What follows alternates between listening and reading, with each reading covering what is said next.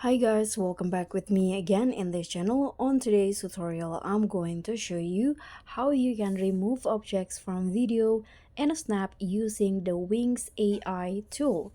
So in here, I've already on the Wing app, and you can start by open the AI removal option. So let's just scroll down and you'll easily found the AI removal. So just tap on that and then select the videos or photos that you want to edit. For example, here I'm using a video.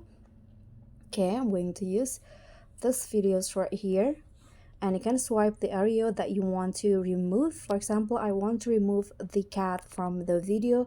You can go with quick or brush. I'm going to go with quick. Here let's adjust or swipe or brush off the objects that you want to remove. Okay, so it has been selected. Now you can just click on start at the bottom and just wait until the processing the removal processing is finished. So that's all from me. Thank you so much for watching. Don't forget to like, comment, and subscribe. Also click on thanks. Bye.